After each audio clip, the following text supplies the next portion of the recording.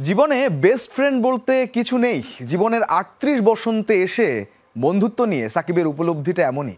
যুক্তরাষ্ট্রের এক অনুষ্ঠানে বন্ধুত্ব নিয়ে কথা বলতে গিয়ে স্মৃতিচারণ করেন তামিম মুশফিককে নিয়ে। রুবেল ও তাসকিনের সাথে কাটানো সময়গুলো এখনো গেঁথে আছে সাকিবের স্মৃতির পাতায়। প্রায় একই সময়ে জাতীয় দলে আবির্ভাব ঘটে পঞ্চপাণ্ডবের ৩ পাণ্ডব সাকিব, তামিম ও মুশফিকের, যাদের হাত ধরে নতুন উচ্চতায় বাংলাদেশের ক্রিকেট। তবে পরিস্থিতির কারণে তামিম মুশফিকদের থেকে হাজার হাজার মাইল দূরে ক্রিকেটের পোস্টার বয় সাকিব।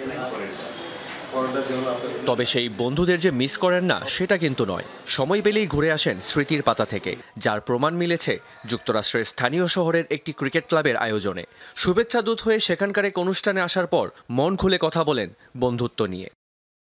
২৫ বছরের বেশি সময়ের ক্রিকেট ক্যারিয়ারে তামিম মুশফিক ভাইয়ের সঙ্গে দারুণ সম্পর্ক ছিল। একসঙ্গে খেলেছি অনূর্ধ্ব ১৯ বিশ্বকাপে। এরপর ২০-২৫ বছর ক্রিকেট খেলেছি কাঁধে কাঁধ মিলিয়ে।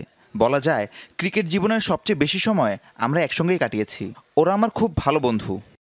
সাকিব তামিম বন্ধুত্বে এখন যোজন যোজন দূরত্ব। তবে গত মার্চে হৃদরোগে আক্রান্ত হওয়ার পর সামাজিক যোগাযোগ মাধ্যমে তামিমের সুস্থতা কামনা করে পোস্ট দেন সাকিব। এমনকি তামিমকে দেখতে হাসপাতালেও যান সাকিবের বাবা মা। তবে জীবনের সেরা বন্ধুত্বের অধ্যায়টা যে সুখকর হয়নি সাকিবের, সেটা তার কথাতেই স্পষ্ট। কাউকে বেস্ট ফ্রেন্ড বানানো কঠিন, তবে ক্রিকেটের বাইরে কাউকে বেস্ট ফ্রেন্ড বানানো উচিত। ক্রিকেটে আমার অনেক ভালো বন্ধু আছে, কিন্তু ক্রিকেটের বাইরে আমার বিশ্বস্ত বন্ধু কমই আছে যাদের আমি বিশ্বাস করতে পারি। একটা বিষয় খুব ভালোভাবে বুঝেছি, এই জীবনে বেস্ট ফ্রেন্ড বলে কিছু নেই। যাকে আপনি নিঃশর্তভাবে বিশ্বাস করতে পারেন একমাত্র সেই আপনার আসল বন্ধু। বাকি সব সম্পর্ক সময়, সুযোগ আর প্রয়োজনের উপর দাঁড়িয়ে থাকে। কথা বলতে বলতে ক্রিকেটে কাটানো সুন্দর মুহূর্তের কথাও স্মরণ করেন এই সাবেক অধিনায়ক। বিশেষ করে তাসকিন ও রুবেলের সঙ্গে কাটানো সময়গুলো এখনও নাড়া দেয় সাকিবকে। তাদের সবার সাথেই আমার সম্পর্ক খুব ভালো, তবে আমি সম্ভবত রুবেল হোসেনের নাম বলবো। আমাদের দারুণ সময় কেটেছে। ক্রিকেটের বাইরে আমি, রুবেল, তাসকিন আমরা অনেক মজা করে সময় পার করেছি। আবারও শুরু হচ্ছে সাকিবের ব্যস্ততা। খেলবেন গায়ানায় গ্লোবাল টি-20 লিগে। দুবাই ক্যাপিটালসের জার্সিতে দেখা যাবে অলরাউন্ডার র্যাঙ্কিংয়ে রাজত্ব করা সাকিব আল হাসানকে।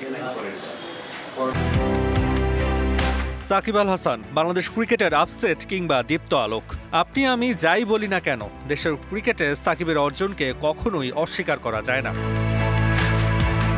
তাই এখনো যদি বিশ্বের যে কোনো জায়গায় সাকিবের পদচারণা থাকে, সেখানেই ক্যামেরার লেন্স শুধু তাকেই খুঁজে। সাকিব এখন দেশের ক্রিকেটে অতীত হয়ে যাচ্ছেন ধীরে ধীরে। যেন টাইগার ক্রিকেটের সাবেকদের খাতাতেই নাম উঠতে যাচ্ছে এক সময়ের বিশ্ব শাসন করা এই টাইগার অলরাউন্ডারের।